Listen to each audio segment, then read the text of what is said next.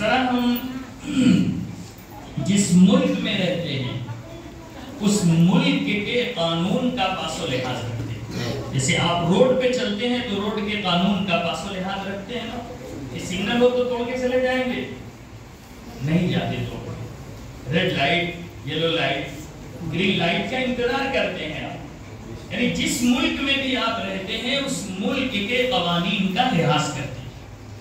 تو اب آپ سوچئے کہ اللہ تعالیٰ نے ہم سب لوگوں کو جو اتنی قیمتی زندگی دی ہے تو آخر اس زندگی کے گزارنے کے لیے بھی تو کوئی قانون ہونا چاہیے کہ ہم اپنی زندگی منمانی گزار لیں. یہ نہیں ہوگا. اللہ تعالیٰ نے زندگی گزارنے کے لیے جو قانون دیا ہے اسی قانون کا نام اسلام ہے. ان الدین عند اللہ الاسلام جو کہا گیا یہ وہی قانون ہے اسلام. اسلام ایک مکمل قانون ہے. لیکن افسوس کے ساتھ میں ایک بات کہوں، ہم اور آپ چونکہ جو ہدایت کے سرچشمے ہیں قرآن و سنت، اس سے ہم دور ہیں تو ہم کو کچھ بھی اندازہ نہیں ہوتا. قرآن کریم جو اللہ رب العزت کی طرف سے آئی ہوئی آسمانی آخری کتاب ہے، یہ کتاب ہے کیا خالی پڑھنے کے لیے؟ نہیں. ہم زندگی کیسے گزاریں یہ کتاب ہم کو رہنمائی کرتی ہے. ہر موڑ پر رہنمائی کرنے کے لیے یہ کتاب ہمارے سامنے لائی گئی ہے. اور حضور اکرم صلی اللہ علیہ وسلم کی پوری زندگی، جیسے کہا جاتا ہے کہ حدیث قرآن کریم کی شرح. حدیث کہتے ہیں کس کو نے؟ جو چیز قولاً فعلاً صفتاً حلیتاً حضور اکرم صلی اللہ علیہ وسلم کی طرف منسوب ہو وہی تو حدیث ہے. وہی تو حدیث ہے. تو اسی کو کہا جاتا ہے کہ قرآن و سنت کے آئینے میں ہماری زندگی گزرنی چاہیے. یہی رول ہے، یہی قانون ہے. اب ہم کو اور آپ کو ہر وقت 24 گھنٹے کی زندگی میں یہ سوچنا چاہیے کہ ہم جو کام کر رہے ہیں کیا اللہ رب العزت نے اس کام کا حکم دیا ہے؟ اگر اس کام کا حکم دیا ہے تو رسول اللہ صلی اللہ علیہ وسلم نے اور آپ کے بعد صحابہ کرام رضوان اللہ تعالی علیہ مجمعین نے اس کام کو کیسے کیا ہے؟ طریقہ تو آپ سے ملے گا نا. اللہ کا حکم اور رسول اللہ صلی اللہ علیہ وسلم کا طریقہ. تو اصل میں بنیادی بات جو کہنا چاہتا ہوں وہ یہ کہ اللہ نے جو ہم کو یہ زندگی دی ہے نا 60 سال کی، 70 سال کی، 80 سال کی، یہ ایسی زندگی نہیں دے دی ہے کہ اپنی منمانی گزار لو آپ، بلکہ اس زندگی کو گزارنے کے لیے اللہ نے اپنے آخری نبی جناب محمد الرسول اللہ صلی اللہ علیہ وسلم کے اوپر آسمانی آخری کتاب اتارا جس کو ہم قرآن کریم کہتے ہیں. تو ہماری زندگی جو گزرنی چاہیے وہ قرآن و سنت کے آئینے میں گزرنی چاہیے. بات سمجھ میں آ رہی ہے؟ اب قرآن ہم سے کیا چاہتا؟ اب دیکھا جائے اگر تو ہماری عمریں الگ الگ ہیں. کوئی بچہ ہے، کوئی نوجوان ہے، کوئی بوڑھا ہے، کوئی مرد ہے، کوئی عورت ہے. ٹھیک ہے، ہم بٹے ہوئے ہیں مختلف حصوں میں اپنی عمر کے اعتبار سے. اب یہ جو بچوں کی ذمہ داری ہے، اصل تو ہم لوگ ادارے کے پروگرام میں ہیں. بچوں کا پروگرام ہم نے سنا، الحمدللہ بڑی خوشی ہوئی. آپ نے بھی سنا. چھوٹے چھوٹے بچوں نے دیکھیے حدیث پاک سنائی، قرآن کریم کی معلومات آپ کے سامنے پیش کی. اچھی بات ہے. میں اصل آپ کو متوجہ کرنا چاہتا ہوں کہ یہ جو بچے ہیں ان کی ذمہ داری کس کے اوپر ہے؟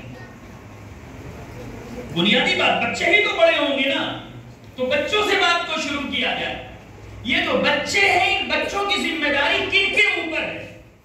قرآن کریم میں اللہ رب العزت نے ارشاد فرمایا یا ایھا الذین آمنوا قوا انفسکم واہلیکم نارا، اے ایمان والو اپنے آپ کو جہنم کی آگ سے بچاؤ اور اپنے اہل خانہ کو بچاؤ، یعنی بیوی بچوں کو بچاؤ، تو خود کے بچانے کی بھی ذمہ داری اور اپنے بچوں کی بھی بچانے کی ذمہ داری۔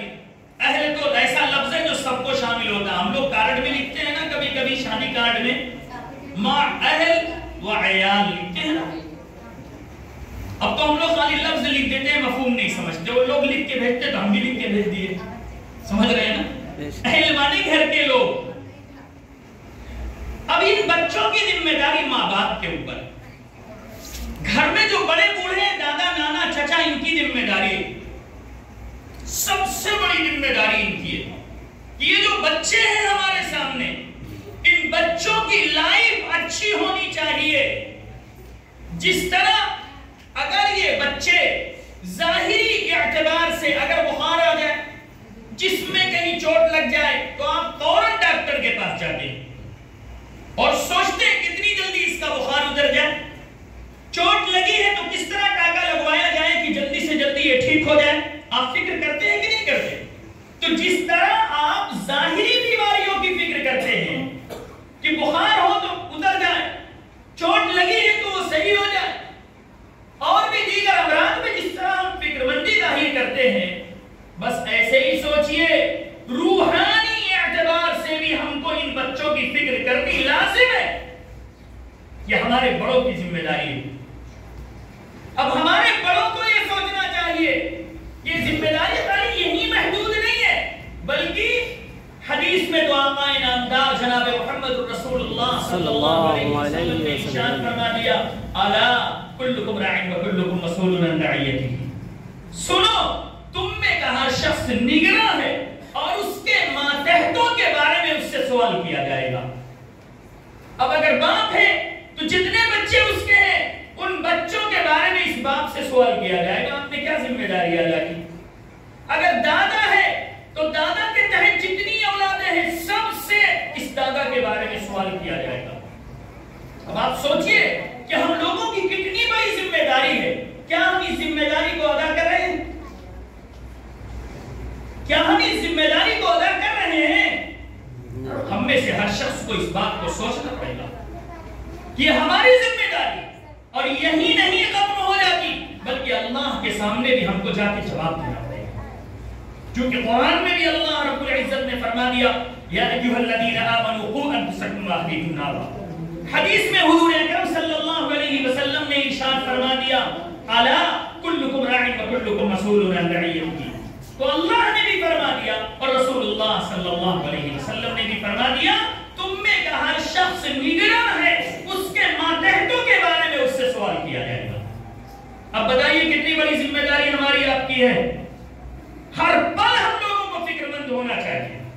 میں تو بچوں کی مثال ایسے دیتا ہوں، جیسے آپ کوئی پودا لگاتے ہیں نا، کوئی بھی پودا آپ آم کے درخت لگاتے ہیں، امرود کے درخت لگاتے ہیں، تو ایسا نہیں ہے کہ گڈھا کھودا آپ نے لگا دیا اور لگانے کے بعد نہ کبھی اس میں پانی کا خیال کیا، نہ کبھی کیڑے مکوڑوں کا خیال کیا، نہ کبھی جانوروں کا خیال کیا، ایسا ہے کہ آپ ایک 10-20 روپے کا پودا لے کے آتے ہیں تو اس کی نگرانی کرتے ہیں، اس کی نگرانی کرتے ہیں، پانی اس میں ڈالا گیا، اس کی جڑ تو نہیں سوکھ گئی، اس کی پتیوں میں کیڑے تو نہیں لگ رہے، اس کی شاخیں ٹیڑھی میڑھی تو نہیں ہو رہی ہیں، اس لیے کہ آپ چاہتے ہیں وہ پودا سیدھا سیدھا اوپر جائے۔ آپ ہر پل اس پودے کا خیال رکھتے ہیں تب وہ آپ کی منشا کے مطابق ہوتا ہے۔ ایک 10-20 روپے کا پودا آپ اس کے بارے میں فکر مند ہوتے ہیں تو پودا آپ کے مزاج کے موافق ہو جاتا ہے۔ تو جب 10-20 روپے کے پودے کی ہم لوگ اتنی فکر کر لیتے ہیں، یہ تو ہمارا مستقبل ہے، یہ بچے ہماری جنت اور جہنم سے جڑے ہوئے ہیں، یہی بچے بسا اوقات ہم کو جنت تک لے جانے والے بن جائیں گے۔ خود حفظ قرآن کے بارے میں روایت موجود ہے کہ ایک روایت میں ہے کہ جس نے قرآن کریم کو پڑھ لیا اور اس کو حفظ کر لیا تو اللہ تعالیٰ خود اس بچے کو جنت میں داخل فرمائیں گے، ادخلہ اللہ الجنہ وشفعہ فی عشرۃ من اہل بیتہ،